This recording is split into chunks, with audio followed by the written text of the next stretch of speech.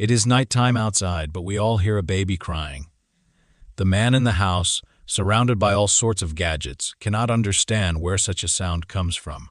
A crying baby. He takes his axe from the wall and decides to check it, thinking that a rat might have gotten inside. He wants to investigate because he suspects that someone has come for a reason, but to come and clean his house. He intends to be serious, for the man is a hunter. He also thought that someone who had avoided all the traps around his house and hidden his presence must surely not be an ordinary creature or a human being. But it is not so easy to fool a hunter's ears. He would be in contact with the beast so quickly that it would not even have time to attack him. As soon as the hunter rushed into his barn with his axe in hand, he saw no one. He thought he had made a mistake. He even considered the possibility that he had gone a little crazy with the news that he and his wife could not have a baby. Was that not why he was imagining things? But when he looked ahead, he noticed that there was a small child in the haystack. The hunter was very surprised and immediately held the child. He could not believe it. He was so happy he had enjoyed the moment so much that he had not even noticed when his wife walked in. She asked her husband, Vincent, what had happened to disturb her in the middle of the night. He asked his wife what had happened, that his dear Alina had woken up. She immediately went to him and asked what he had in his arms. Was it really a baby? Vincent didn't know what to answer. He ran from side to side, not understanding what was going on. But he came to his senses and decided to say that it must have been his and his wife's baby. What we have before our eyes is the story that, on that day, something very much like magic happened. After he had opened his eyes and waved his hands, the wind blew from somewhere, and the clouds began to gather. Soon, it began to rain, and then a sparkle poured out onto the completely dry land. The villagers sang a song of happiness. It was he who protected the village from danger, and it was thanks to him and his mystical power that the village found peace and tranquility. No longer thirsty for water or gold, but that man could not stop learning. The villagers and people thought his ability was mystical and called him a magician. We are again transported to the present, where our hero is asked what he is doing. Is he reading a book in front of our face? We see our little white-haired boy, whose name is Aaron Cheyenne, who recently turned 12 years old. Then we see his aging father, Arian Vincent, who had long since turned 30. He was glad his son had finished with the trees so quickly, so he wanted to go home to eat with him. He whirled him around as if he was playing for the last time. Our hero asked his father what he had to do to create magic at home. Vincent was puzzled when he heard that. Did he really bring such a book to his son? But Vincent decided to ask his son questions too. What is magic really? Magic can also be called something that can defeat a bear with one arrow, or tear down a tree with one blow of the axe. He asked if this was magic. Father and son were walking along the road when they were met by children. They wondered why our hero stayed at home all day reading books instead of going for a walk with them. They wondered if he really knew how to read and why he had brought such a thick book. They even said that our hero did not look like his father because he was very frail, and they thought that he had been picked up and that his old parents had abandoned him. Cheyenne found all this very strange. All this was heard by Vincent, who certainly didn't like it. He was very angry because how could some little kids dare to call his son names? But after looking at his son, who was burning with happiness, just saying that such opportunities in magic are simply a miracle because you can bring down a tree with one blow, Vincent immediately calmed down. He told our hero that, as he had helped him, tomorrow they would go to the city together and buy a lot of his favorite fruits. Our hero was happy, but Vincent wondered why he was such a good-for-nothing father. He knew, however, that no one could say that our hero was not his real son. But our hero dreamed of one thing: learning magic. Our heroes had already driven in a cart to a town in the province of Toria Creus. Our hero was very happy because he saw the city for the first time. He had seen all the shop windows and the merry people. They were buying clothes, eating, and laughing. But his father distracted him and told him that he had to wait for him at Grandpa Martin's store. Until he had finished his business, he must not move from his seat. He had said this to our hero just in case, as he must not go to the back lanes or meet aristocrats. Vincent understood that our hero had always obeyed him, but he still needed to be worried in a city like this. Vincent left on the bandwagon, and our hero remained behind to write the prices of the fruit on the signs. His grandfather praised him, saying that he had written very well.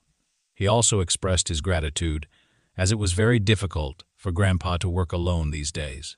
Our hero was very happy to have such company, so he said that he was glad to help. Grandpa was looking at him and could not help but admire, because our hero was indeed very smart. But his grandson Martin does nothing but get into trouble. Then our hero asked his grandfather if he knew anything about magic, but Grandpa did not answer him. Thinking that our hero had offered him something to eat, Grandpa laughed, and our hero tried to explain what he wanted. Our hero shouted and asked what he had to do to use magic. Grandpa understood what our hero wanted, but he knew almost nothing about magic. However, pointing to the alley, he said that in one of the stores there were a lot of books about magic. Grandpa asked if he wanted to go, as there were many books to look at.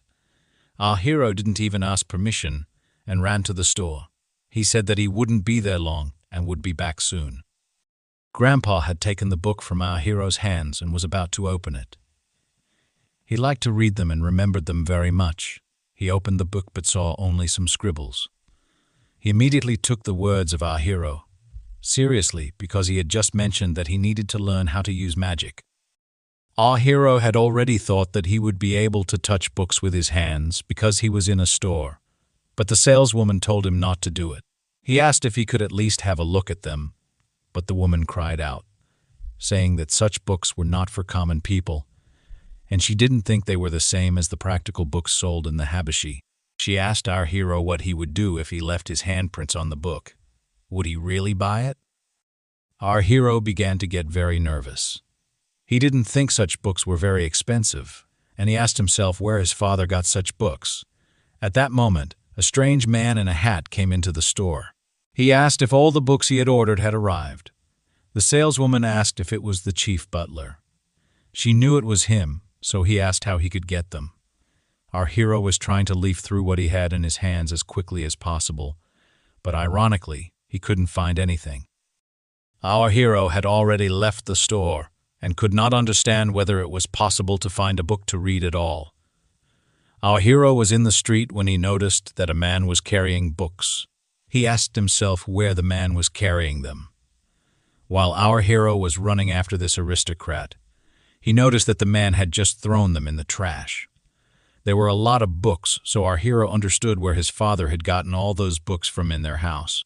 He was very upset and looked at the people behind him. He knew it was to know, but how was it any different from them? Our hero remembered what his father had said, that he should not go out with them. But why did he say that? Our hero was following the women when a man took him by the shoulders and told him that this was not the place where he could go alone. He said that behind this gate was the territory of aristocrats. He asked where our hero's parents were. Our hero hesitated but said that they were not far away. Just then, other people began to come and asked if it was not that our hero had gone there at all. Everybody thought that he was not from around here. They even made a hypothesis that our hero was an orphan raised by bandits. They wanted to take him with them to somewhere, but our hero had already vanished. These watchers began to shout and asked to find our hero.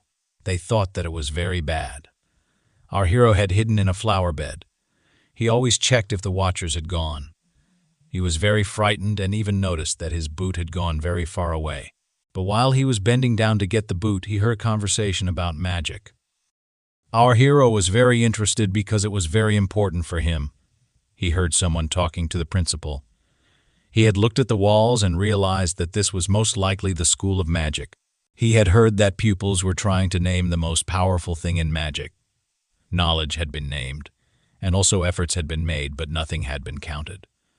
Our hero also wondered what it could be if it was not knowledge or effort. Was it really necessary to become an aristocrat?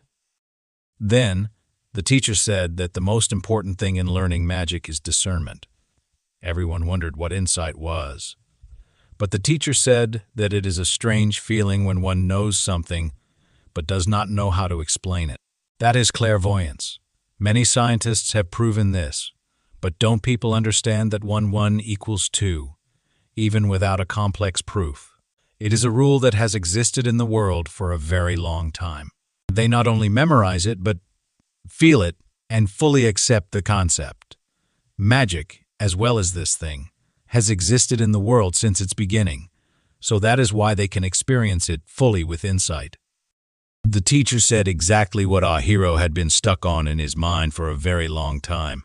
He said that clairvoyance is more accurate than knowledge and faster than effort. Our hero, hearing this, thought that this was incredibly genius. The teacher had also thought, in fact, that if they improved their skills, they could become wizards as well.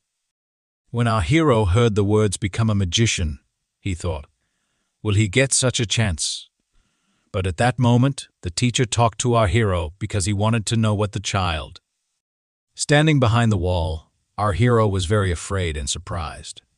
He thought, what should I do? Should I run away or respond?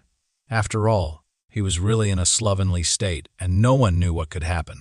But the thought crossed his mind that if he didn't get through this wall now, it seemed for sure he would regret it for his whole life. He began to climb the wall and could see an incredibly beautiful area with children sitting near the tree and the teacher. The old man, who was the headmaster of the School of Magic, appeared in front of them. His name was Myrtilas, and he was a state mage of the 4th rank. Our hero liked him for sure, so he climbed over the fence completely. He timidly began to approach everyone because he did not know what to expect from them. The children began to shout that our hero was a commoner, not an aristocrat. They shouted that he should not come near, and he was forbidden to enter their territory at all. But the old man said that our hero should approach. He even asked what had made our hero show such a big interest. Our hero was a little hesitant, but still said that he would like to see some magic. The old man was surprised. How is it possible that you have never seen magic in your life? He asked. Our hero stood there shyly. In fact, he had only read about magic in a book. The children began to shout that our hero, as a commoner, could read books. Our hero bowed and said that it didn't matter what magic it was, but he wanted to see something. The old man said that there was nothing difficult, so he would show some magic.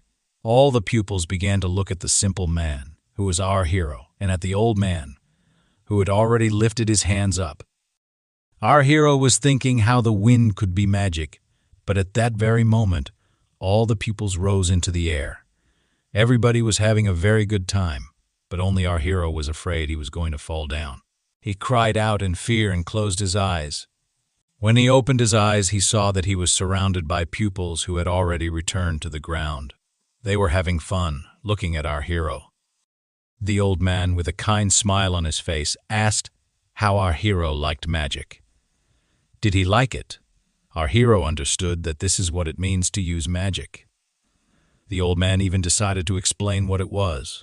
He wanted to compare magic to something, but our hero started to shout and demand that the principal tell the truth.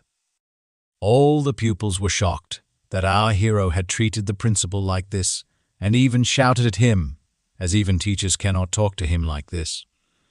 But the headmaster looked at our hero and decided to smile. He said that he would explain everything in a different way, so it would be more difficult for our hero to understand. He said that magic is the same as the action of leaving the common sense of everything. To put it in reverse, it is the effect on the consciousness, exploring the truth of phenomena. The old man was about to say that everything was much easier, but our hero said something that others could not have expected. He said, in this case, magic is not a well-known phenomenon, but maybe that's why it is close to the truth. The old man was delighted and asked if that was also written in books. Our hero answered that it wasn't written in the books, but he could only underline the general features, though at the beginning, many ideas of great men were criticized and appeared as mad, but finally they were recognized as sane. Our hero even thought that maybe the truth was hidden somewhere, but certainly not in their common sense. The old man was pleased with the answer, even too much. So our hero asked him what he would need to learn to use magic. The old man realized that he was facing a very clever child. He even realized that our hero wanted to get the exact information and explore it, even if it would be very difficult. Does our hero really think he can do it? As sad as it is, the old man knew that our hero was not even an aristocrat. So he said that, instead of a detailed explanation, he would show a practical example. He asked one of his pupils to enter the spirit zone. Our hero was very curious about what the spirit zone was. At that very moment, the girl named Shuan said she had entered the zone. The teacher asked her to see how many coins he had in his hand. Just how many coins were in his hand. Our hero just could not believe how it was possible. So the old man decided to explain that if the magician concentrates, his mind becomes so sensitive that he can feel everything around him. Outstanding magicians can even guess how many leaves are on trees far away. The spirit zone is the highly sensitive state of mind. The wizards who have entered it observe the outside world outside of sensory perception. As a result, they can control phenomena. Our hero understood everything because that girl had not even counted the number of coins. She just felt the situation going on in front of her eyes. Our hero had already wanted to think that he could do it too. So the old man even said that anyone could do it. He asked our hero to practice in a quiet place, but first he would have to feel himself. The old man thought that anyone could do it, but not just anyone. He even said that if he succeeded, a different world would be opened before him. Our hero immediately said, "If no one can do it, then I won't be able to win." The old man liked our hero more and more. Our hero was very interested in whether he could do it. He understood that if he could not enter the spirit zone, then he would definitely be unable to learn magic. Our hero stood in a quiet pose and began to feel everything around him. But he began to wonder, what is me? Is it not the brain? But it definitely wasn't. It was only an organ of the physical body, and the feelings he was experiencing were real, but could not go beyond the concept of the brain. Our hero understood that he was not giving a definition, but felt that he was gradually removing what he felt under the concept of himself. He did not feel what had called him into becoming sensitive, but what remained was only a sensitive spirit. Our hero saw something and then looked at the old man, who asked him what he felt. Our hero said that he heard a sound. All the boys and girls began to laugh because everyone could hear the sound if they just closed their eyes. The old man had already resigned himself to the fact that nothing would work because what happens in the spirit zone has a different dimension of aesthesia. From sound comes smell, from light comes taste, and the scenery touches the skin. These were the comparisons that could be given to aesthesia. The old man came to our hero and started stroking his head, telling him that if he trained hard in the future, he would be able to hear more sounds. The old man left our hero with his group because they had to return to school. However, he still felt pity for our hero because he really had a talent for witchcraft. If he were an aristocrat and had been trained at this school since he was young, most likely he could even reach a higher level than all the children with him. But he understood that there were many talented children in the world, and it wasn't just him. He said he really made it. Our hero heard a sound, which was incredibly loud, but what he listened to was really called the spirit zone. Our hero felt at that moment as if he were divided into small pieces and scattered far away all over the world. Our hero understood that at that moment, he was the entire world. He cried at this, trembling at the greatness of this infinity. Though it was only one moment, he was able to leave the mainland and become infinite. While running down the street and thinking about all this, he bumped into some strange and angry people. They didn't like it much that our hero had bumped into one of them. They took him by the scruff of the neck and wanted to beat him in response to the bump. But at that moment, Someone behind all the people asked what they were doing. When they turned around, they saw a girl named Amy. Our hero looked at her, wondering if she was an aristocrat, but they began to justify themselves by saying that our hero had wanted to kill them, so they wanted to take care of him. Our hero shouted that he had just bumped into him, but of course they started hitting him back. Our hero was lying on the floor, coughing, while the men said that our hero would have to pay them back. They even told him to bring his mother to answer for him. Our hero did not answer, but they started beating him again with their feet and laughing. At that moment, Amy asked everyone to stop and came up to our hero, asking if he was okay. Our hero, still lying there, said that he hadn't done anything, but the girl, Amy, said that it was time to quit fooling around because our hero could be shaken up and then sold to the South Village, and because he was a commoner, there wouldn't be any consequences. Our hero was very afraid and called out for his father. After looking at Amy, who also dreamed of a slave, she was just beside herself with joy. Immediately, the men threw themselves on him, saying that his mistress wanted to see him naked. They began to get closer to him, but at that moment, Amy began to think about the state of our hero. She had just wanted to torture him to some extent and then let him go. Had our hero gone crazy? At this time, our hero was in the spirit zone, but he did not realize it himself. He saw the very tree in front of him near which his teacher had shown him the magic of wind. He understood that now he was seeing the same skill of the wind in his own memories. The bandits were shaking him, but only Amy noticed something was wrong. She asked everybody to leave, but our hero could use wind magic without even knowing it. He looked up, and his offenders were flying, but in a moment, they were already lying on the floor with smashed legs and arms. Amy started running toward our hero and asked him who he was and how he had learned magic in the first place. Many people started running to the place where there was a surge of mana, so Amy immediately left the scene. Our hero turned around and saw the result of his magic. He understood that if people came here, they would certainly not listen to what he had to say. Our hero ran as fast as he could and called his father. But deep in his heart he realized that this world was very cold. Here we see the first-ranked nobles, the Carr's family, and the same Amy, who had told her father that they had been beaten by a boy. He only said she was wounded and that his daughter had most likely skipped her lessons. But she said that everything she had to learn, she had already learned, so she wasn't even having fun. Her father asked her when she would grow up because even if she was a genius, she would still be very carefree. Amy went upstairs, menacingly, but her father's words that one day she would be stabbed in the back made her very sad and thoughtful. She looked at her father at one point and asked if he had any acquaintance at the School of Magic, because if so, she asked him to introduce her to him. But winter had already come, so we saw our hero's house again. His father called him and asked where he was, but his mother said that their son had gone to the woods to cut down trees. He wondered what he was doing there because it hadn't even stopped snowing. He even went into the woods to look for him. As his father walked through the snowy woods, he thought about that spring when he took his son, Shy, to the woods for the first time. He almost lost him because he had been shocked, but it was clear that something was wrong. Our hero stood in front of a tree with his axe in his hands.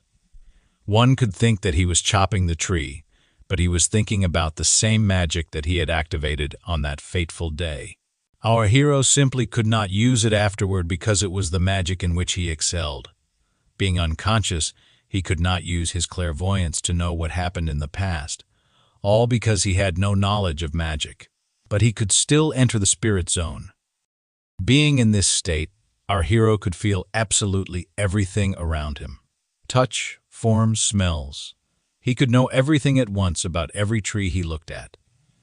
He saw a strange glow but could not understand what it was yet. He just took the axe and struck the strange glow. He felt it, and when he hit that spot, he realized that he could cut down a tree with one blow. Our hero understood that this was magic, but his father, who was standing behind another tree, could not understand what had happened or what he saw. In fact, what he had just seen was nothing but a thunderstorm. Our hero thought that he had brought the tree down with one of 100 blows, just like with the magic that day. Our hero understood that it was not luck that was needed there, but the exact knowledge of the soul, so that tomorrow and again tomorrow, he would repeat everything without stopping. It would all be for chance, which would one day have to come to him. 3 years later, in the fall, our hero had grown up. He understood that you can't and shouldn't see with your eyes. You have to feel with them. Our hero could cut down trees with one blow. The first time, he almost didn't go home after meditation, even though about 5 hours had already passed. All sensations told our hero that he had become one with nature. He could feel the vibrations of growth, the movement of worms, and the sounds of tree roots absorbing moisture. He could listen to all this very deeply. However, he missed 5 hours. Our hero remembered the old man's words, that if he could do it, he could see another world for sure. Our hero decided to go home on that beautiful note. In front of his house, he found a map with white horses. He wondered if the guests had arrived. When he went home, he saw his parents, who wanted to introduce him to the butler-in-chief of the Owent family. He introduced himself as Teen. Our hero could not understand what an aristocrat of the second level needed. Immediately, Teen began to inspect our hero and ask different questions, such as whether he could read and how old he was. After examining him, Teen concluded that our hero was a very good example because he could read, although this was not necessary for the woodcutter's son, and he was very respectful. So, she asked if our hero would like to work in his family. Our hero wanted to object, but Teen immediately said that they needed a man in the library, one of whose duties would be to prevent the removal of books. This work would go on for 2 years, and the hard work would be done by porters. Our hero and the butler would sort them. Our hero was very hooked by the fact that he would be working in the library, because he believed that in the library, the family would accumulate a lot of high-level knowledge necessary for a magician. But the fact that this work would be known only to the family, with books not being taken out for any reason, and no one should know that they were taken out, was a heavy burden. If it happened, he and his family would die. Our hero understood that most likely his parents had such expressions because this work was putting their lives on the line, even though the pay would be good. Teen even dared to say that such a sum would be very hard to earn, even if someone tried to hunt to the breaking of bones. So, he advised our hero's father to send his son to a better place.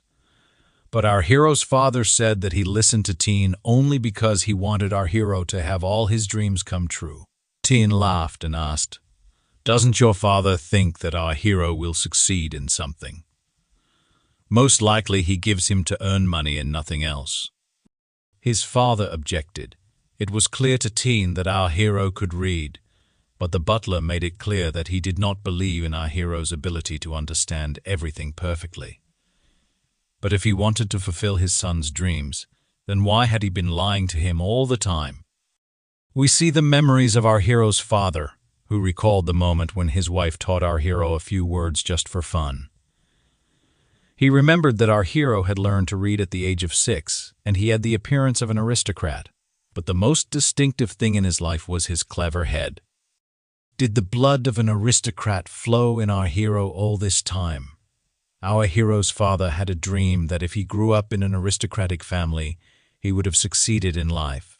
But the thought that their family was only poor, and that the father was an ordinary lumberjack, made him fear that his son would have to work with him in the mountains. However, as soon as our hero started to do everything his father did, he got scared because, in the end, he was raising him as the child of a lumberjack. We see that, at one moment, our hero's father fell at the feet of the butler and asked him to hire his son because he could read and was very smart. Vincent immediately said that he had not asked for a single coin and told them to get out of his house because he didn't even know what would happen. Teen adjusted his hat and said that since no one knew his place, there was nothing to be done. But at that moment, our hero raised his voice and said that he would do it. Teen was shocked by this answer, even though Shai's father was against it. He asked our hero if he meant what he said. He wasn't lying. He even repeated that if even one rumor started to circulate, then the head would be lifted from his and his relatives' shoulders. But our hero said that it was all right because he wanted to do it himself, and he knew that nothing would ever get out. If it did, he wouldn't blame anyone else. Teen smiled widely because he surely did not expect such a thing from a commoner like our hero. He said that he would come for him in exactly 1 week. Even if he changed his mind, there would be a chance to refuse. But after arriving at the estate, our hero would know that he would not be able to leave the estate until he finished his work. Vincent yelled and asked our hero why he agreed to do this job. He had thought that the aristocrats only wanted someone who would die for others. He began to apologize because everything had happened because of him, so he would take responsibility and refuse. But our hero started to cry and smile because his father had given him such a big and very dear present. He embraced his father, who was also in tears, but not from joy, rather from horror. But his father soon said that he would take care of their mother because that was his task as head of the family. He asked his son to come back as soon as possible because they still needed him. Vincent was, at that moment, wondering if he had finally done anything worthwhile as a father. Everyone was very happy. A week later, a carriage came to pick up our hero. At the same time, his father was signing a contract, apparently to put our hero in foster care. As soon as he signed it, they snatched it out of his hands and led our hero to the carriage. They were in a big hurry. The carriage closed, and the coachman decided to have a chat. Our hero, with his incredible sense of the environment, could see his parents very sad and crying. He stretched out his hand to them, but he understood that he should not hesitate now, because it was his only chance in life and a double-edged sword. He did not understand if he could hold out for 2 years among the people who had great power. When they arrived in the kingdom of Tormi, they saw that the Owen family was the main family of Krees. The kingdom of Toria is a family of warriors who have produced state swordsmen since antiquity. The former head of the family was a general and a third-rate state swordsman, and the current head of the family, Mr. Owen Bishop, is a fourth-rate state knight. In a word, they could be described as very influential people, holding power over the entire city. Passing by the kingdoms, the coachman even asked our hero to pay attention to the landmark, Mess at Owent, the great straight road. As soon as our hero got out of the carriage, he was asked if he was afraid because many people say that the family is more like monsters. Our hero was asked to walk simply along the path. It seemed to him more and more that now he believed in the reality of what was happening, because all that was in front of him was a family of aristocrats of the second rank. This was the Owen family.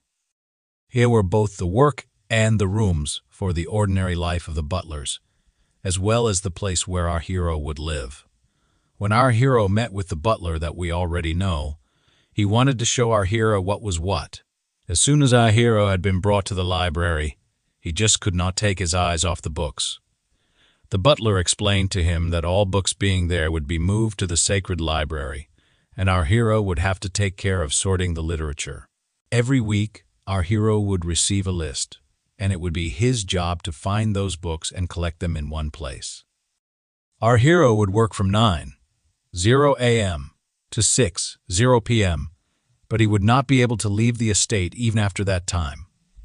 He could not leave the estate without a special order.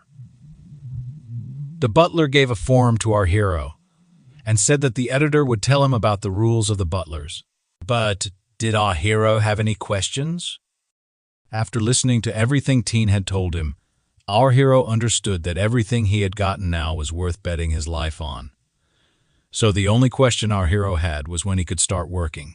The answer was obvious. He would be working the next day. Our hero had already put on a butler costume, and he knew that books had to be sorted by. The sorting criteria will also have to be the same.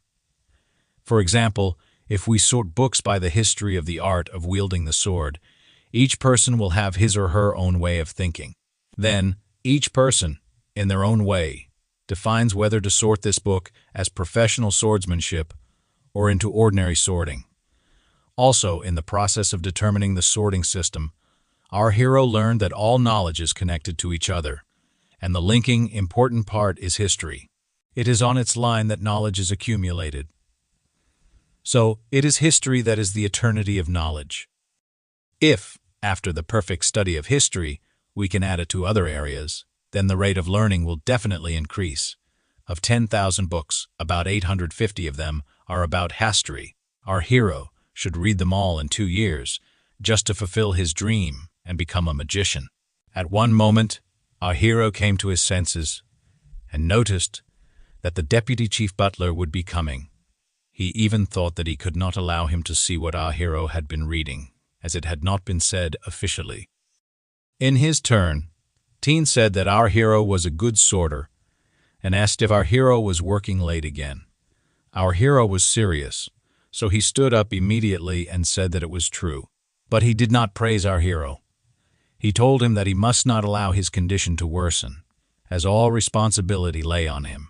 But at one moment, our hero noticed that Teen approached him, and he wondered if he had overshadowed the books that our hero read. However, the only thing the butler did was shake the dust off our hero's clothes and said that this library also belonged to the family. So our hero should watch his condition. He was also told that it might lower the nobility of the Owen family. He was asked to do something about his long hair. Our hero trembled the whole time, but he did not give anything away. Our hero understood what they wanted him to do. So he concluded that he would still have to take great care of himself for 2 years. He should also be more careful, because there should be fewer claims against him. Our hero even thought that he should tie his hair up like his father did. But still, there was a bigger problem. Our hero did not understand anything in the book about the 3 empires and 7 kingdoms. He had read that even just one kingdom of Toria was not easy to understand. So how was he supposed to comprehend so much? Did he have to memorize everything at all? But he understood that he should not do that. The only thing he should do was understand every line, because only then could he use this knowledge at any time. Our hero fell asleep reading the books at this rate, but when Teen approached him, he saw a certain mess. He also noticed the book that our hero could not understand for half a month. Teen smiled a little and asked the sleeping hero if he thought that he could succeed with his studies. But if our hero had really mastered those books, he would have forbidden him from entering them outside his working hours. But now he was calm. After all, our hero seemed to him an ordinary fool with huge dreams. But for our hero, the work in the big library of Owen went on. 3 months passed imperceptibly. Our hero kept working, and his sorting began to bring great pleasure. It just became easier. He learned a lot about butler work, and also continued to hand out books for record keeping. He even began to talk to the other butlers, even those who did not return the books. He understood that even if only the butlers or the servants were shaken off and bled for the books that were not returned. The most shocking thing was that the aristocrats did not care much about everything in the library. But everything in the library was not so important. However, our hero understood that even so, everything was not in full order. The absence of excitement among the aristocrats was possible only with the support and sincerity of the commoners. Those very commoners who put their lives on the line for what the aristocrats did not even remember. So, our hero must necessarily become incredibly cold, so as not to make even a fraction of a mistake. He understood that life, as if he were absent, would be much better for him. But at that very moment, some black-haired boy burst into the library, shouting that he would not die if he rested today. Our hero knew by the blue hair that it was the youngest son of the head of the Owen clan. Judging by the shouts, he had dared to escape from the training. One could think that it was very bad. He ran up to our hero and told him to lie about seeing him around. An old man with a long beard had also run into the library and was shouting at his student. He asked our hero if a boy with blue hair and the size of a peanut had come running here. Our hero was shocked by the fact that he was the size of a peanut, but he pretended to have no idea where the youngest son was. He asked who the old man was, but the old man answered at once in a hoarse voice that he was a sword master. a master who could split that very peanut with his strike. He also told our hero not to joke, and that it would be better to tell him right away where the youngest son was. Our hero immediately said that the youngest son was under the bookcase, which made the boy very angry. But the master immediately grabbed his shirt and threw him out the door. He really didn't like the fact that this little jerk could give a damn about their training. But still, the trainer should put his mind in order and better teach him a lesson. He dragged him by the legs, but our hero understood that the master had the power of the head of the family, so he did not even have any choice. If we believe the rumor, when the master caught him, no one saw him again for a month. But for our hero, the first time it took him 20 days to read one book, after he had perfectly understood all the books. Then in 4 months he was able to read 82 history books exactly as he expected.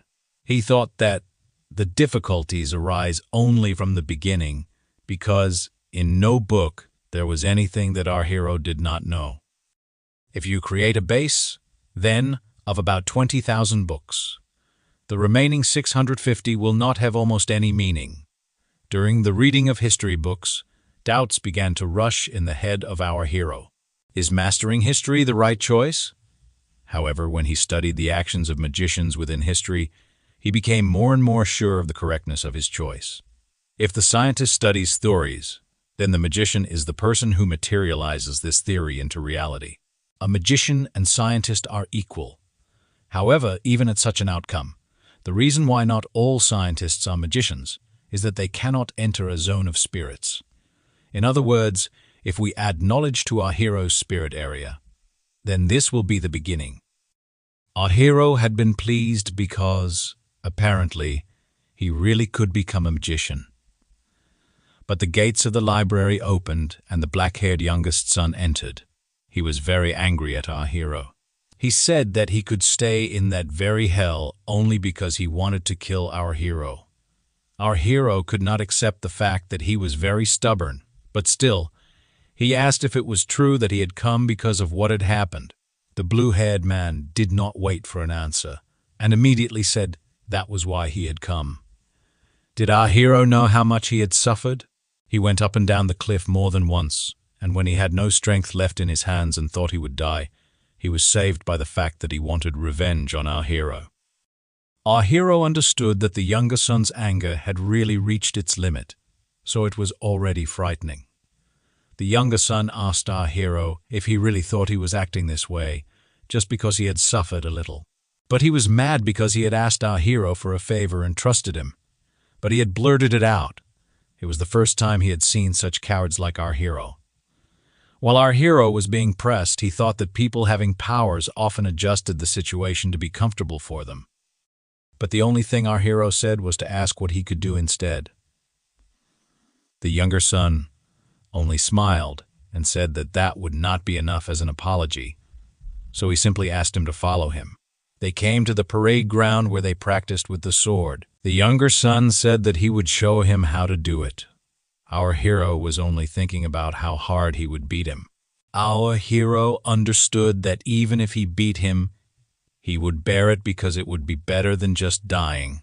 He could not spoil the chance given to him by his parents, for he had put his life on the line for him. Our hero had been thrown a sword, and his younger son told him that it was a duel, and that now he would show how badly he had been treated. Our hero did not understand why he was called a coward all the time. The younger son was angry because it was our hero who had allowed him to be beaten by the master. He had been able to turn his back on a man in distress. Our hero noticed that his look had changed, and he went on to say that no matter how his family ignored him, he was not one to be put in anything, not even by a man like our hero. So he asked him to attack, and he would consider the difference in strength and would start after 3 blows received.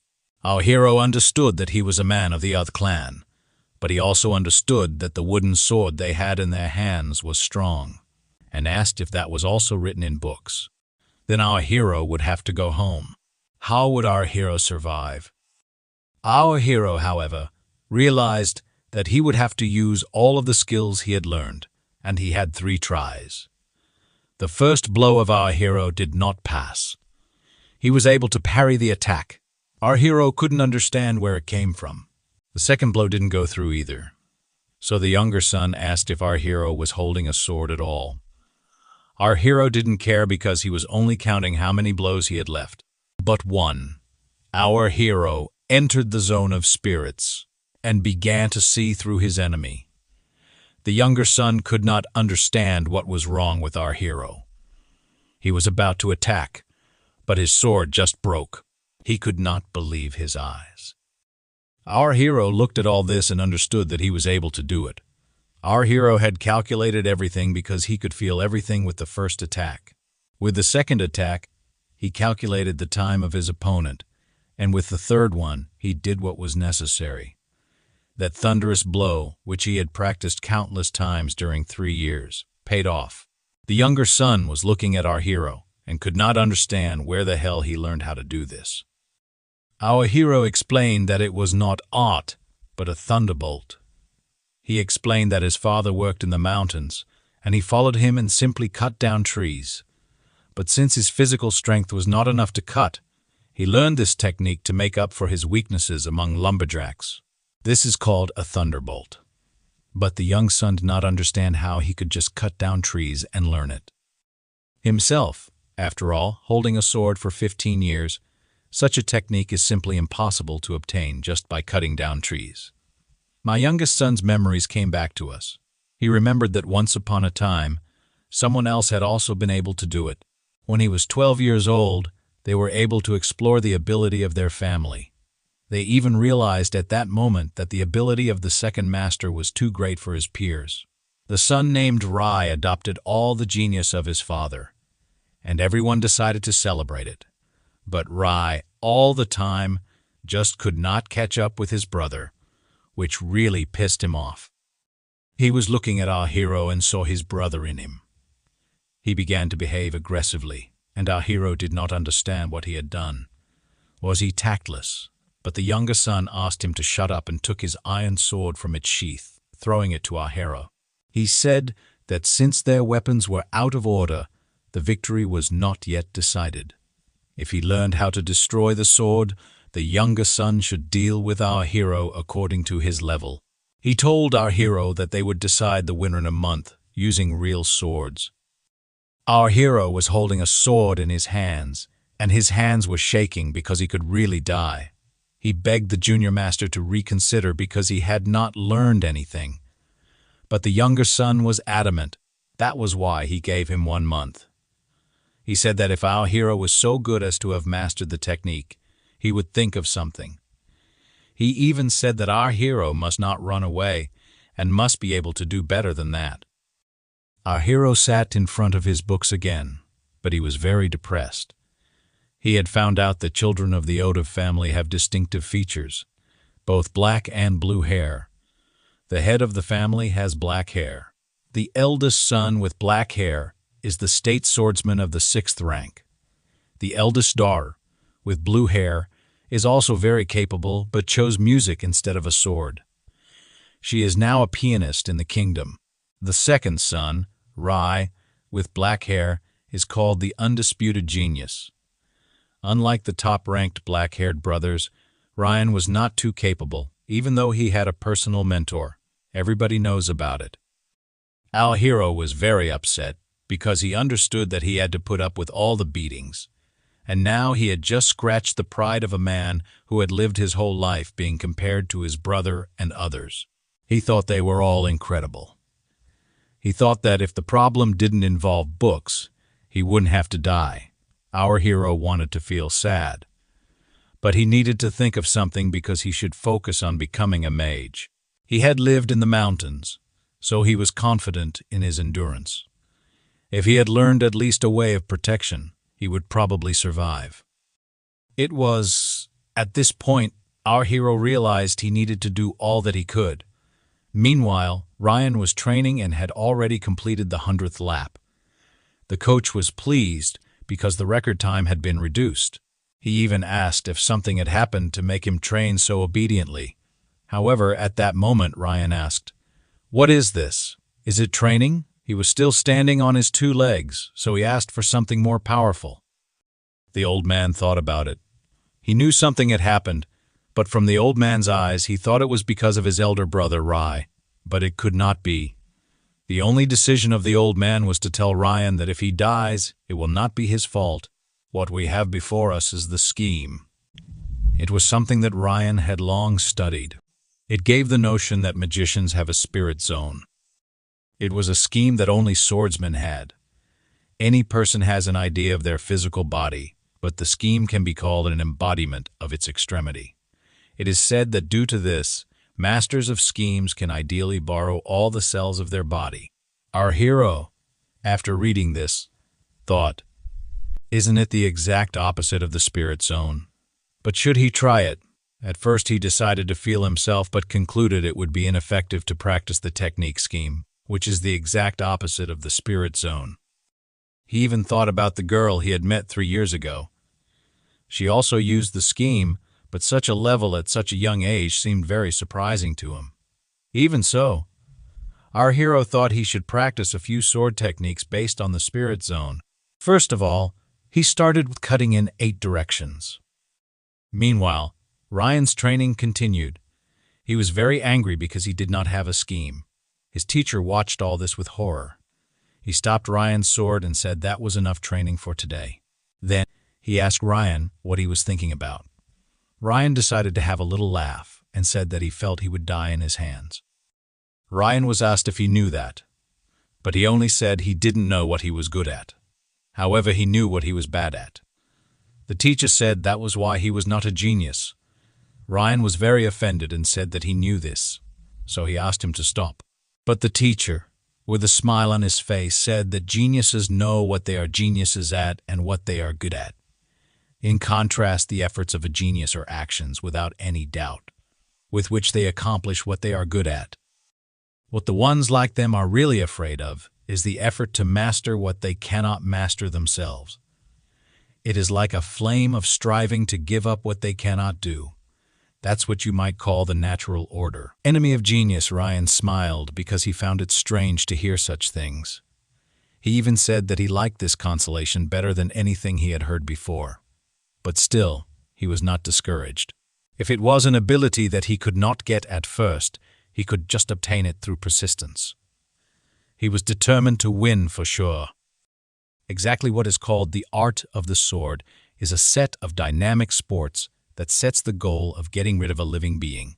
However, on the flip side, it is more filled with the psychology of chopping up a living being. Our hero's only thing to do was to provide an imaginary opponent, though it seemed the enemy would attack him in many different ways. In fact, the attacks came mainly from 8 directions. Consequently, the young hero only needed to cut and block in these 8 directions. That's what he had been perfecting during this month.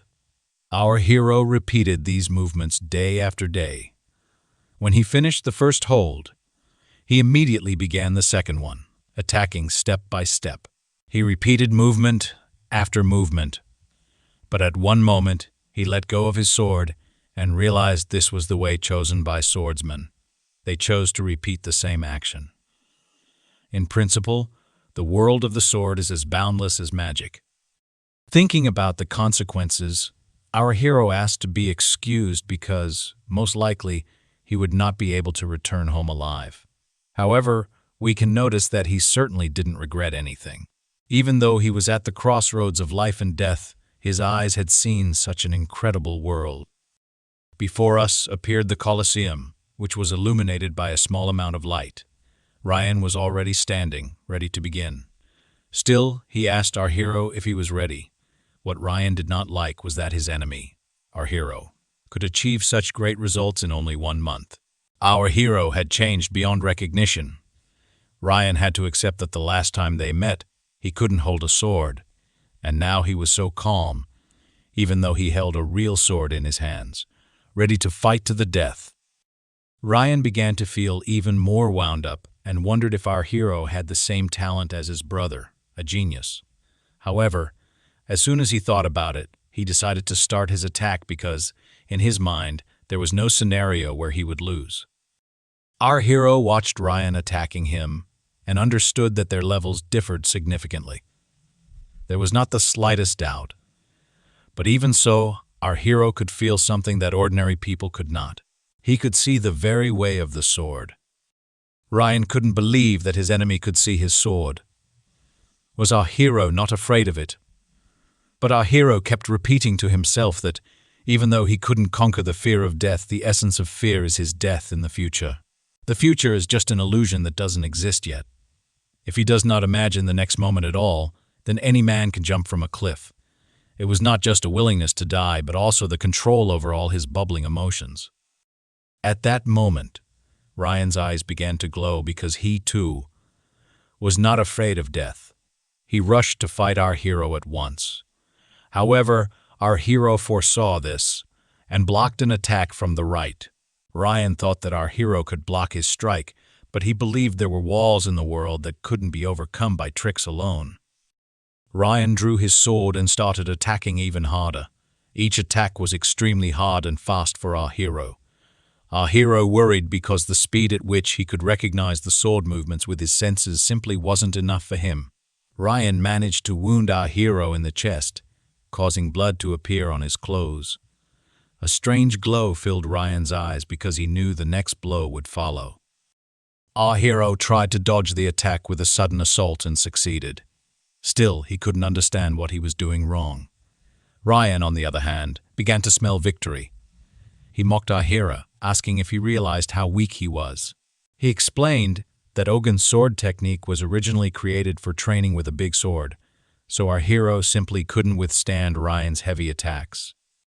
Ryan emphasized that it was through his relentless effort, breaking his bones, that he gained the strength to tear his opponent apart. However, our hero felt the fight was getting stranger and stranger. He realized that if Ryan's last attack had wounded him, Ryan would have followed up and struck again from the bottom upwards, cutting his side and ending it. Why then did Ryan make such sweeping movements? This made our hero realize that Ryan wasn't as skilled as he seemed.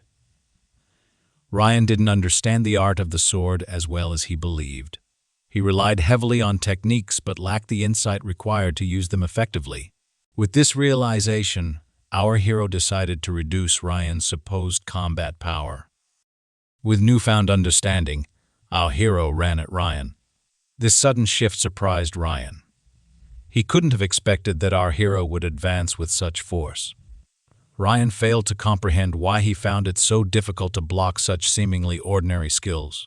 Meanwhile, our hero pressed on with determination, proving that ordinary actions, when wielded with insight, could turn the tide of battle.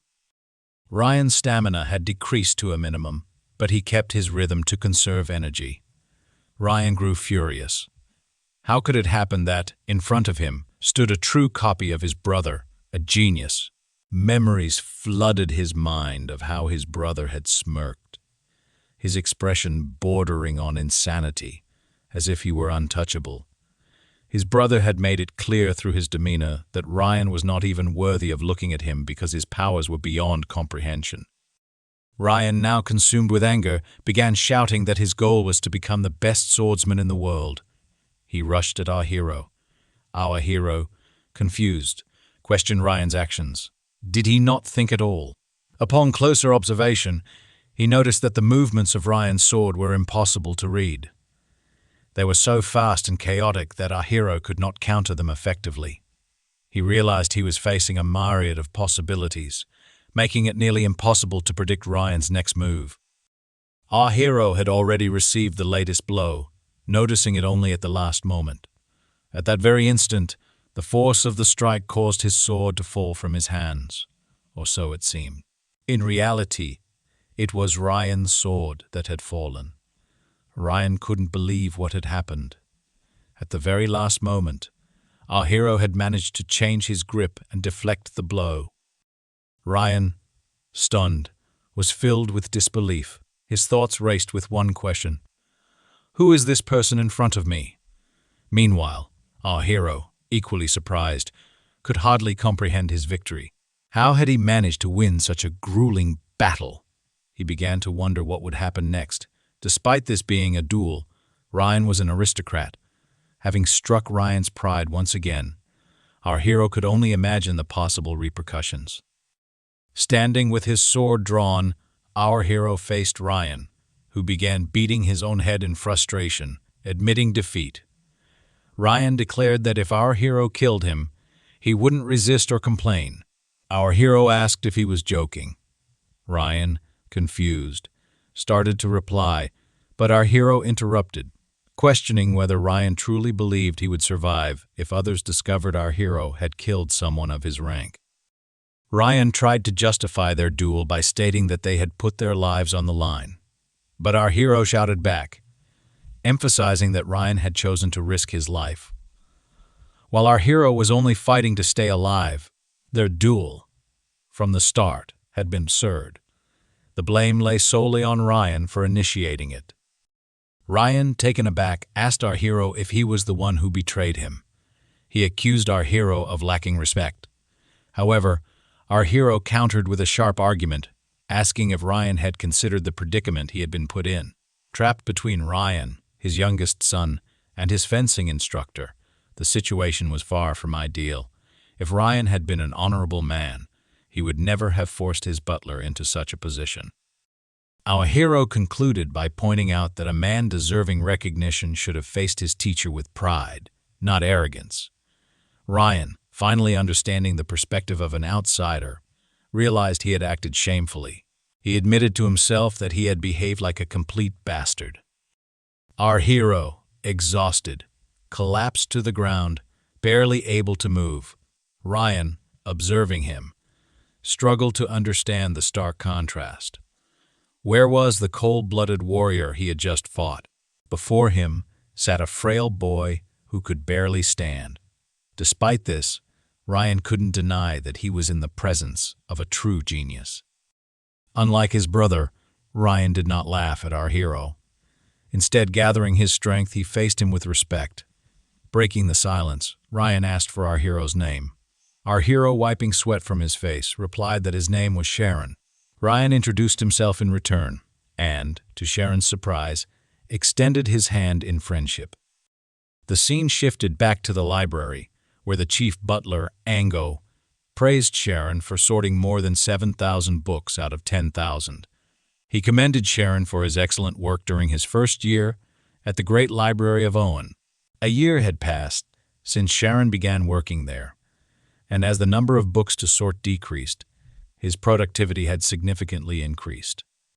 Sharon had only 200 books left to read out of his goal of 850.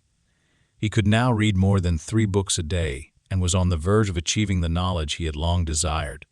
Alongside his studies, Sharon had improved in fencing and had come to understand the essence of fear.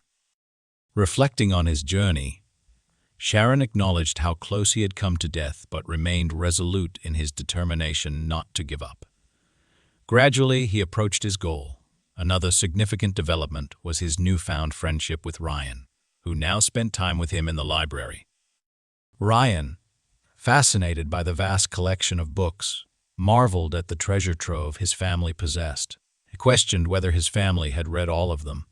For Sharon, the library was more than a treasure. It was a gateway to growth and enlightenment. It was more important than having a good friend. On the other hand, while our hero was working, he told Ryan that, of course, it was so because the Gaul and the other young master often visited the library. Ryan thought it was cool to be clever, but our hero, after getting closer to Ryan, realized that despite his enormous height, Ryan was very gentle and sweet. This, he thought, was to be expected from the younger one. Our hero became increasingly aware that Ryan really acted like the younger son. While Ryan was throwing books around, our hero became very serious and frightened, for if even one book was damaged, he would surely face consequences.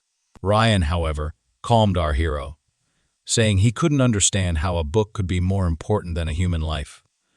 He even assured our hero that, if the library burned down, Ryan would protect him, so he need not worry. Our hero shook his head in frustration, thinking that he wouldn't hate it if Ryan just kept his mouth shut. Yet Ryan simply couldn't be changed. When our hero mentioned that safety would only be possible if Ryan just stood still, Ryan shrugged it off. Our hero decided to ask Ryan about his training, but Ryan simply threw his hands up, saying it was just basic training. He even told his teacher that he wanted to train in the library for a while. Our hero asked him what he was waiting for. He had to train now. Ryan, however, started shouting and begging, saying that he was bored. Our hero also noticed that his friend had become too lazy. He compared Ryan to a fire that couldn't be stopped once it started flaring up, as Ryan would keep talking again and again when given the chance. However, 10 minutes later, our hero sat down to study with Ryan. He told him that if he had come to learn, then he had to learn. Ryan, obviously unhappy about being forced to read books, asked if his friend Cheyenne wanted to become a mage. Did he really need to read so many books? Our hero, however, was sure of it. He explained that he was actually behind in his program because he had never had the opportunity to study before coming to the library. Now, having read more than 600 books on history, he knew almost everything. Our hero amazed Ryan more and more. Ryan couldn't believe what he was hearing. How could Cheyenne read so quickly? At this rate, Ryan thought, Cheyenne could surpass anyone in the kingdom. Although they were the same age, Cheyenne seemed much more mature. Ryan even picked up a book and read the preface, which posed a question. What would happen if a magician and warrior clashed? Who would win? It described a man who scoured the world in search of an answer to this question. Even as the author closed his eyes, he could see the shimmering mountains of Aration rising 6,000 meters above sea level, where carnivorous trees devoured birds. However, Ryan gave up reading, saying that it all sounded delicious, but wasn't worth the effort. Our hero, frustrated, shouted at him, asking why he had stopped. He urged Ryan to look at the book, but Ryan argued that it didn't even have pictures of swordsmanship. Our hero, standing firm, insisted that Ryan couldn't dismiss the book without reading it. He tried even harder to explain the importance of understanding who would win, a warrior or a magician. Ryan, however, didn't care. In his opinion, no one in their right mind would stage such a fight. At that moment, Ryan's brother entered the hall and remarked that it was obvious the swordsman would win. Our hero immediately bowed, welcoming the young master, but Ryan was not happy about it. He asked how his brother knew about this. Our hero couldn't imagine if the brother had overheard their conversation. Everyone remained on guard, knowing that a servant speaking so freely with a nobleman's child could lead to punishment. Ryan then asked his brother why he was so certain of his statement. Ryan's brother replied that certain was too strong a word, but explained that one could infer the answer by looking at the situations involving archers and mages on the continent. Ryan, being persistent by nature, asked for clarification. He wondered if his brother meant that opponents were chosen based on military rank during battles. Ignoring his brother's remarks, Ryan turned to our hero and asked for his opinion. Our hero, taken aback, hadn't expected to be addressed. He found it difficult to understand Ryan's brother under normal circumstances, and now with so many thoughts racing through his mind, it was even harder. Nevertheless, our hero gave a clear answer. He explained that if an archer and a magician were on the same level, the swordsman would find it difficult to defeat the magician when the latter entered a focused state of mind. However, if the swordsman used all his strength to strike before the magician could cast a spell, the situation might change. Ryan interrupted our hero with a smirk, declaring him wrong. He confidently stated that the swordsman would win, and that the magician would definitely lose. Our hero could hardly believe it, but Ryan stood by his words. Understood that it was the same morning as his brothers. Even since they were children, as soon as Ryan met someone unpleasant, he liked to trample on what was important to them. Ryan even went on to say that our hero liked history and had most likely heard about the armor of the 5 gods. Our hero was silent, but Ryan wondered if it was the artifact that destroyed the state of mind. Our hero understood and imagined in his head that the inborn ability of mages, a state of mind, was vital. Fighting a mage in such a state was like dueling with sharks in the depths of the sea. However, something could vaporize the water and deprive the sharks of their power. Similarly, in magic, if the state of mind could not reach the armor, neither could magic. What mage would be able to fight someone using such a powerful artifact? But this anti-magic was only a theory. Anti-magic was originally a costly technique, created from the very mana flowing in the heart of a dragon. Because of its fluctuating quality, its effectiveness increased dramatically, no matter how much money was invested in it. Even Yakra, master of the oscillation equation, could only reveal 65 of the full potential of the armor of the 5 gods. That's why its price was simply unaffordable. After all, each element of the armor was worth an entire kingdom's annual budget. Ryan was unhappy with this information. He exclaimed, "What the hell is it then? How will swordsmen be stronger?" Ryan pointed out that the problem was that those who created anti-magic were mages. He couldn't understand why mages would even need such a thing. 30 minutes earlier, Ryan had begged his teacher to let him go because his friend was in danger. The teacher asked if it was the boy from the library Ryan had spoken of. When the teacher dismissed Cheyenne as just a commoner, Ryan was shocked. He had not expected his teacher to think like the others. The teacher remarked that true friendship could be forged through crossed swords, and Ryan turned to him with a determined look. The teacher asked Ryan, "What is the most important thing for aristocrats?" He explained that the most important thing was to get rid of anything that undermines the family's reputation. Did Ryan even consider himself a friend when he realized he was no more important than Nat? What kind of pressure was he under every day? The teacher advised Ryan not to ask others to solve his problems, but Ryan couldn't just stand by and do nothing. After all, he was the one who first asked to be friends with Cheyenne. More importantly, he didn't want to be a coward. The teacher saw Ryan's determination. He knew his student was ardent, honest, and naive, but he also knew that one couldn't become a great swordsman relying on feelings alone. That was why the teacher had high expectations for Ryan and was silently rooting for him. Holding out his sword, the teacher told Ryan to take it. He would let him go, but if Ryan wasn't ready, he shouldn't dare take another step. Ryan accepted the sword, promising never to forget his teacher's lessons. The teacher had the last word. Leaving your friend is like leaving a part of yourself. Ryan understood that this was no longer just a family dispute. It was a sword fight, and his life was at stake. Ryan laughed as he realized his father had almost defeated him again. However, if proof of friendship was needed, Ryan believed that the mere fact that Cheyenne was his friend was proof enough. The head of the family countered that this wasn't about wealth. Even now, the reputation of the nobility was crumbling, and he was prepared to sacrifice his son to preserve the family's honor. Everyone in the hall was shocked by the Lord's words. Ryan, however, bowed and declared that if protecting his friend required it, he would happily leave the family.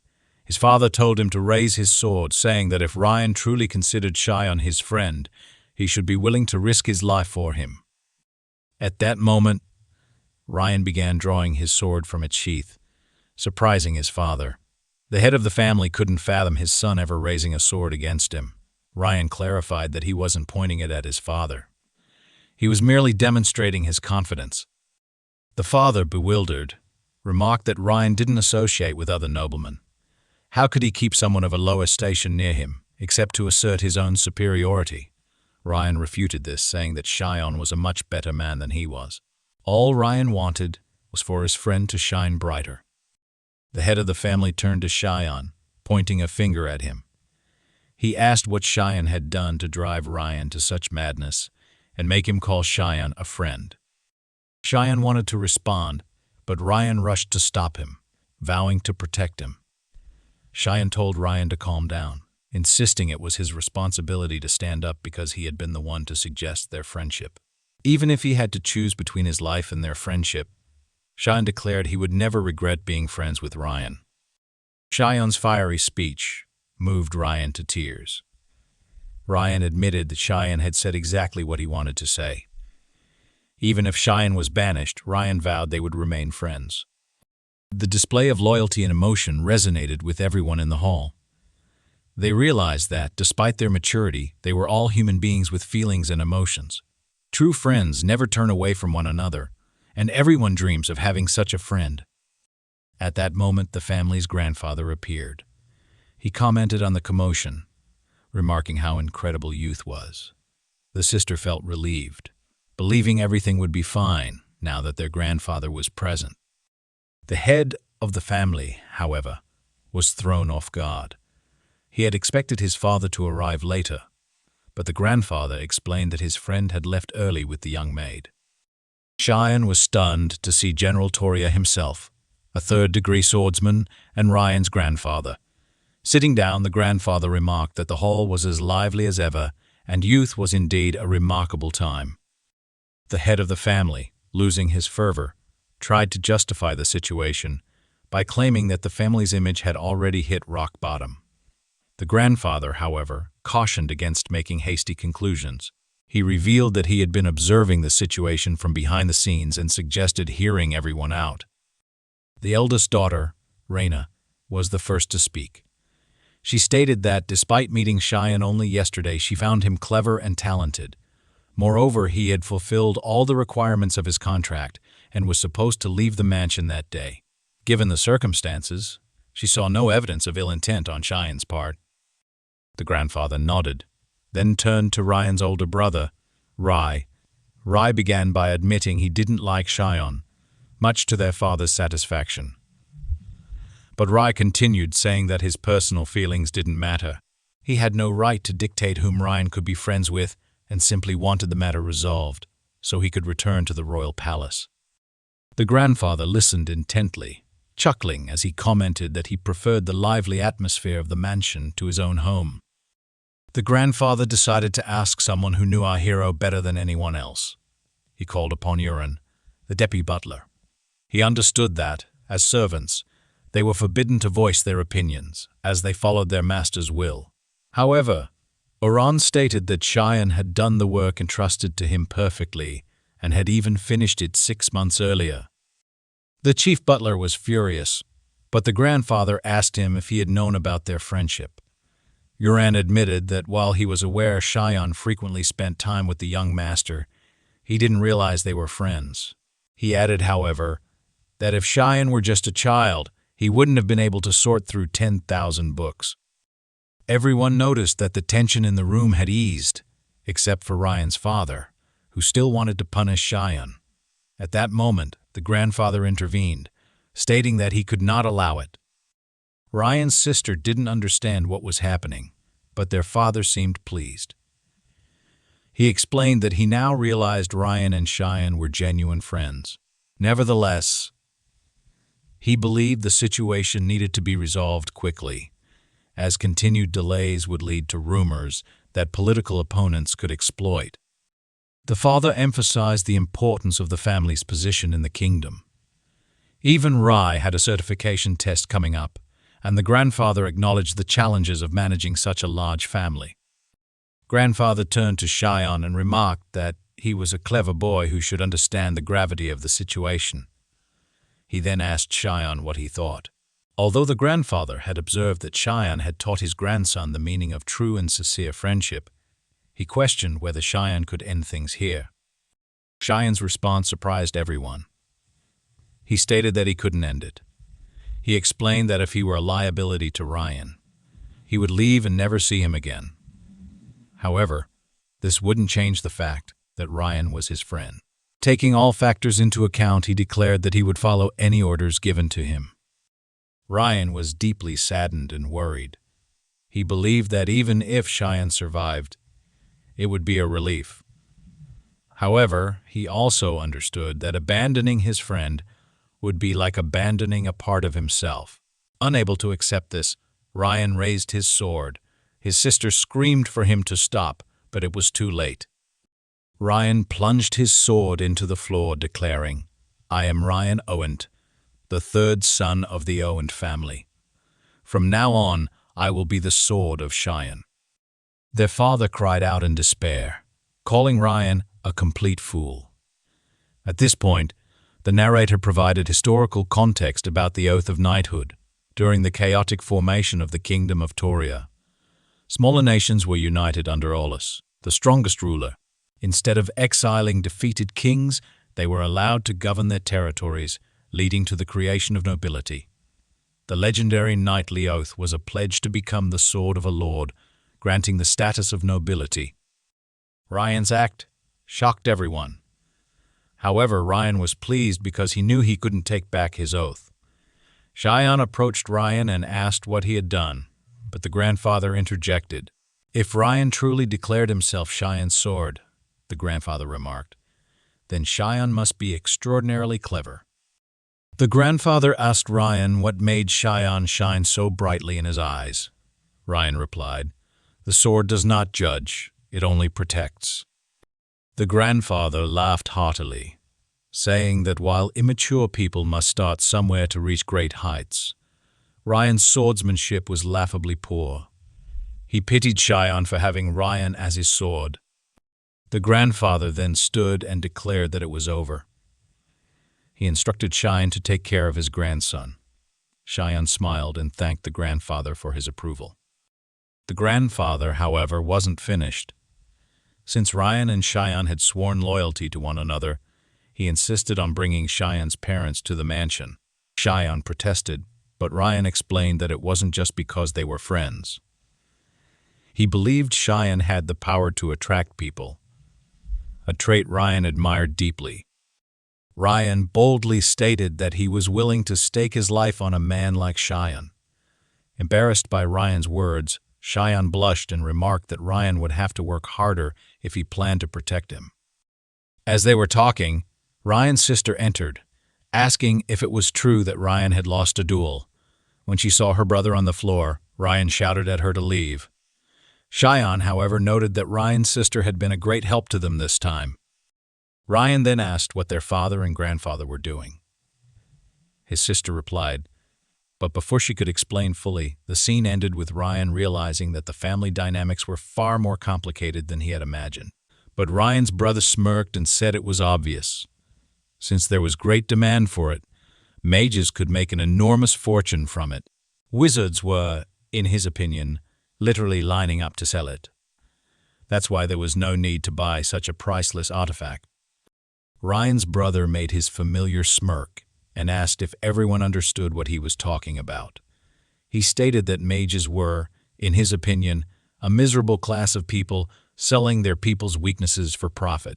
Ryan wanted to object, but our hero's face lit up as he declared that this was the essence of magicians. Ryan could not believe his ears. He asked again what our hero had said. But our hero was not silent. He explained that anti-magic was created by wizards and used to limit magical activity in places where it was prohibited.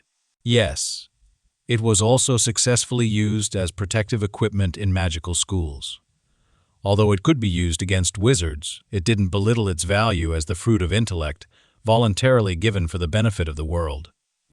That's why our hero believed it was difficult to confirm that a swordsman was more powerful than a wizard. Ryan's brother was annoyed, but it frustrated him even more that his little brother was laughing at him. Ryan's brother turned around and said that ideas and reality were very different. He insisted that it was still a fact that a magician couldn't win a battle against a swordsman. He said this only because he didn't want to lose. When he left, Ryan and our hero had a good laugh. Our hero even joked that he thought, while talking to Ryan's brother, that he might die. At that moment, Ryan was very close to our hero and couldn't have been happier. Cheyenne had made his brother look like he'd never looked before.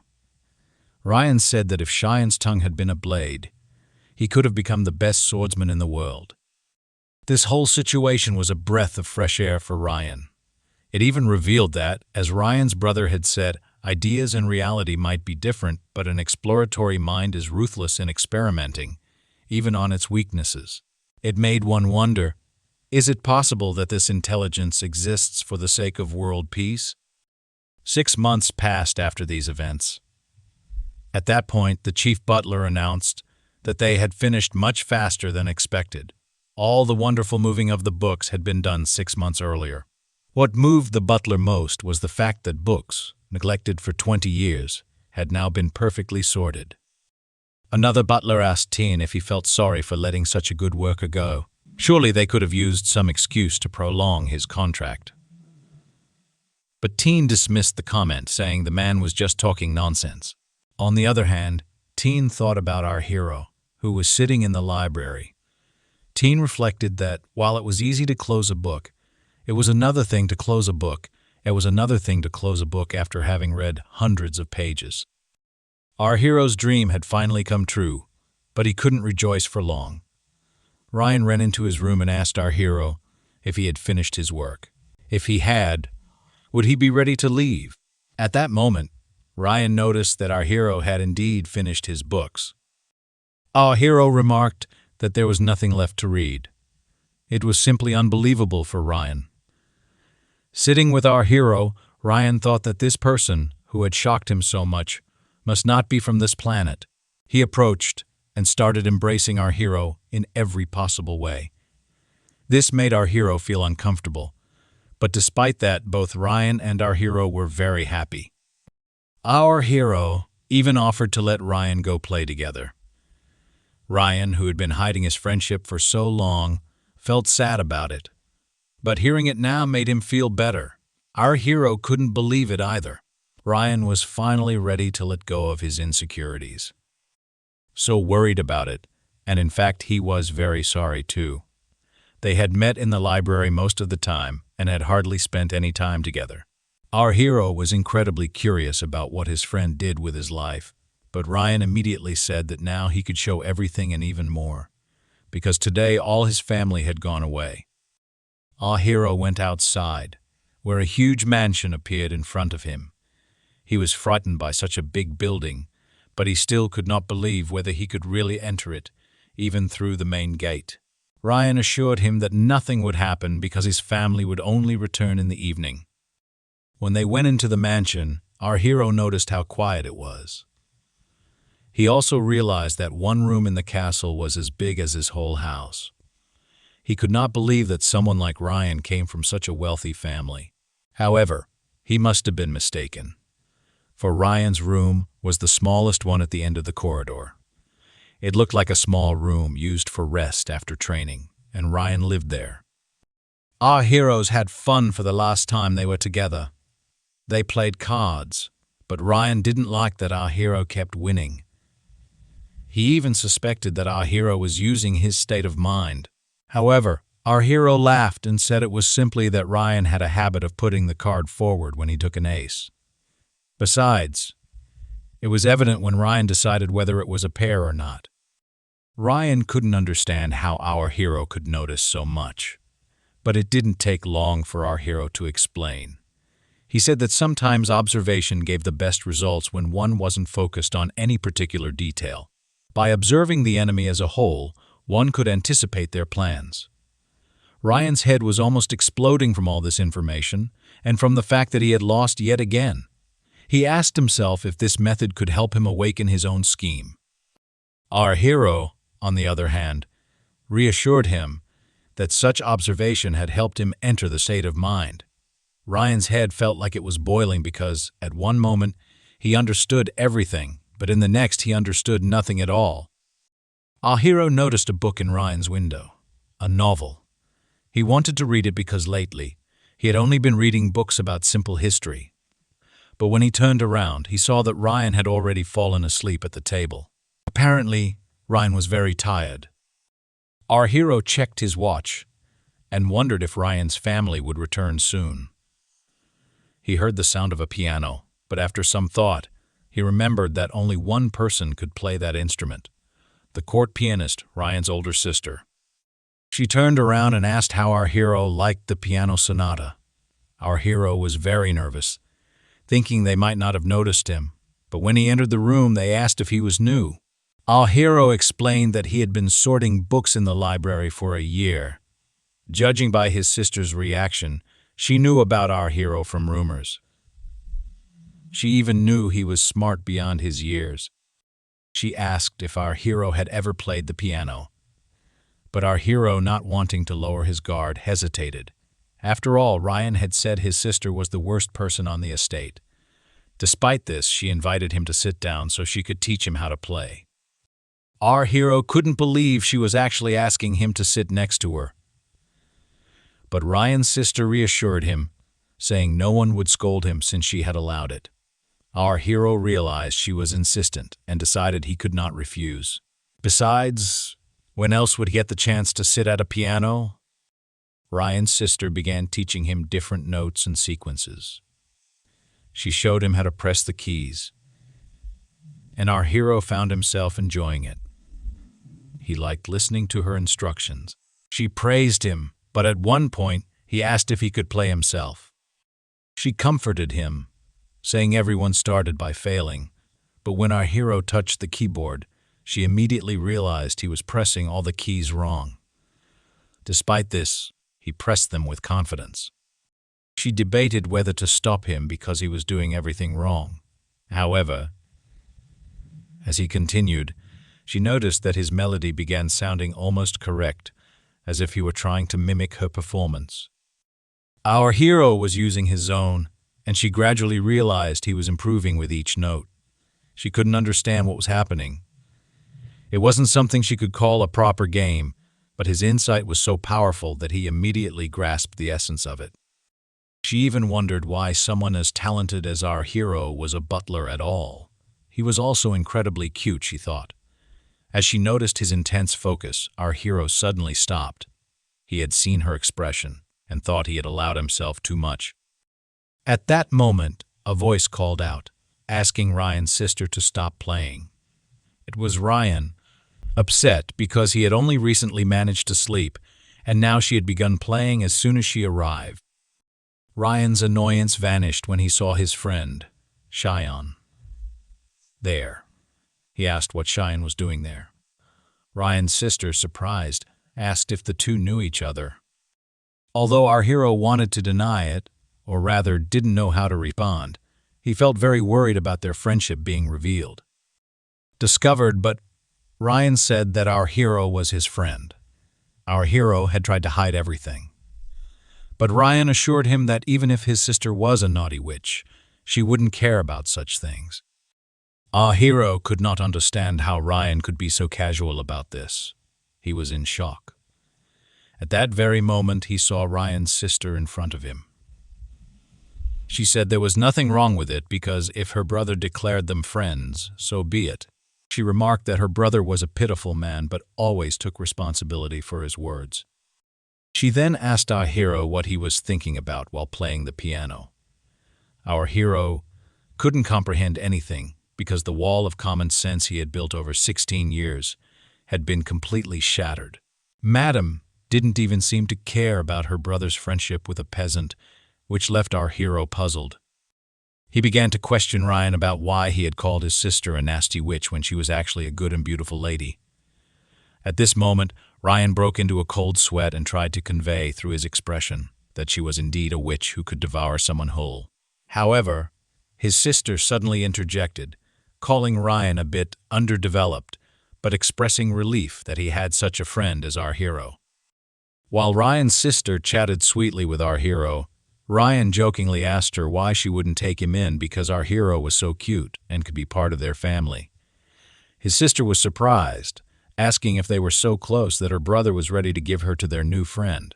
Ryan, flustered, immediately pretended that she wasn't the prey. Our hero was. In response, she grabbed Ryan by the neck and pressed him to the floor, scolding him for behaving so improperly.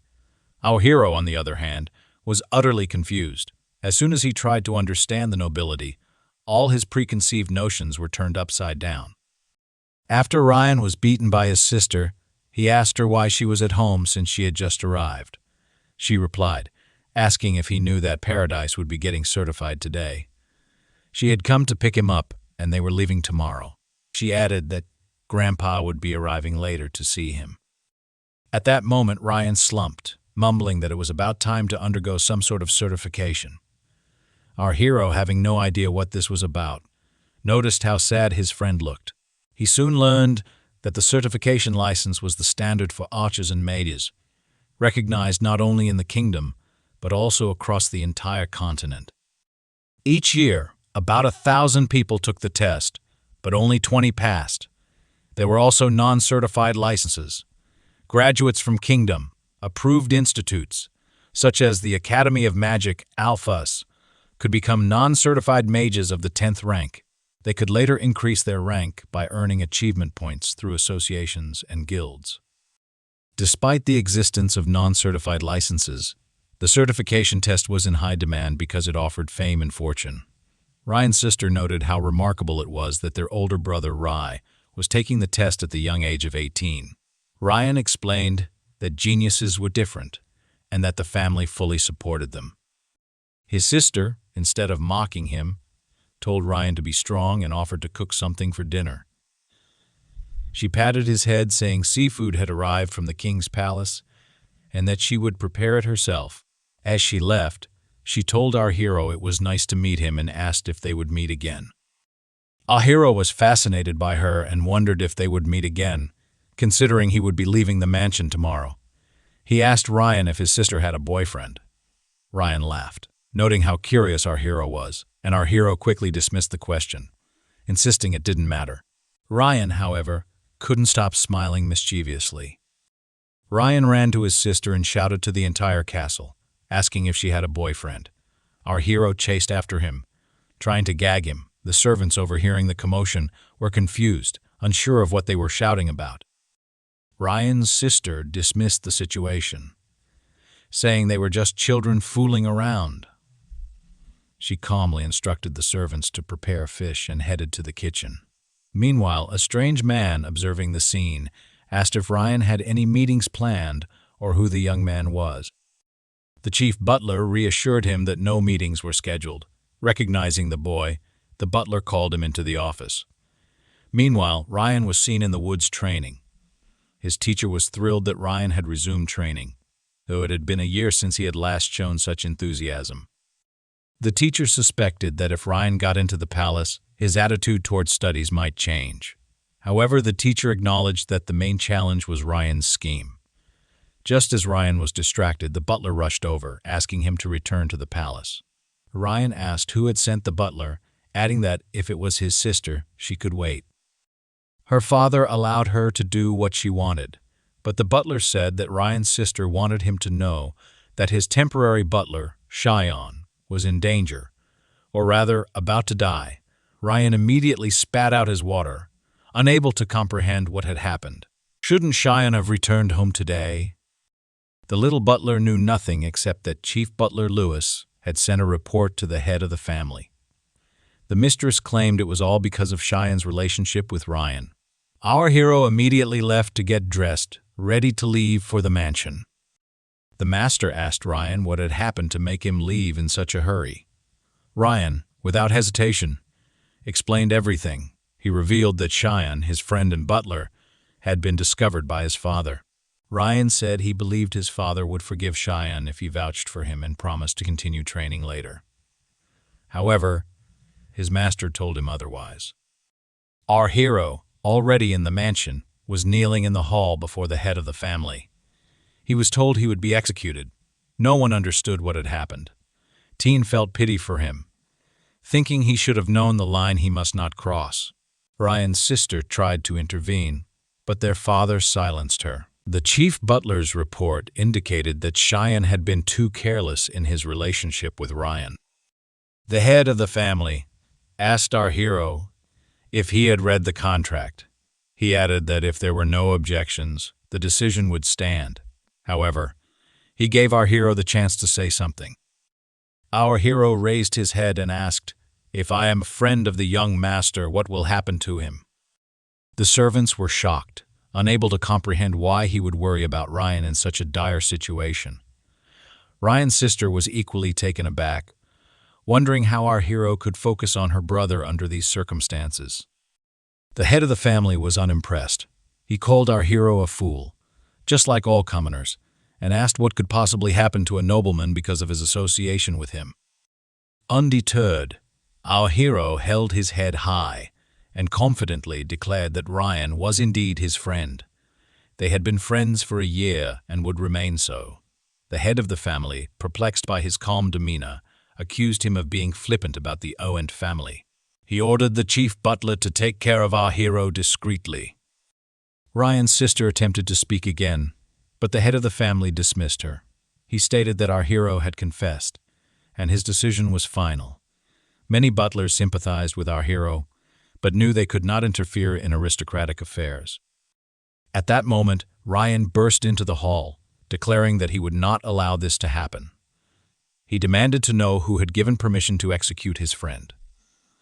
The head of the family calmly responded that he had. Ryan protested, asking what Cheyenne had done to deserve such a fate.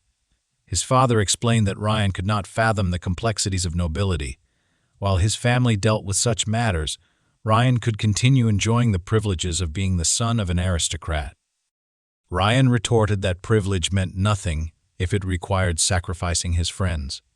His father chided him for being childish, arguing that friendship with a nobleman implied an equal relationship. Did Ryan truly believe Cheyenne saw him as a comrade? Ryan vehemently defended Cheyenne, insisting he would never exploit their friendship. His father finally presented a condition. If Ryan could prove that he and Cheyenne were true friends, the matter would be reconsidered. Ryan froze. If he failed, it would all be over. He realized he could not simply say something at random. He needed to prove his feelings. However, he remembered what Cheyenne had once told him. The best results come from observation and understanding. Ryan began piecing things together. Before him was not only his father but the head of House Owent, a second-class nobleman and a certified fourth-class knight. This was not just a father and son quarrel, it was a battle of wills. At that moment, Ryan reached for his sword.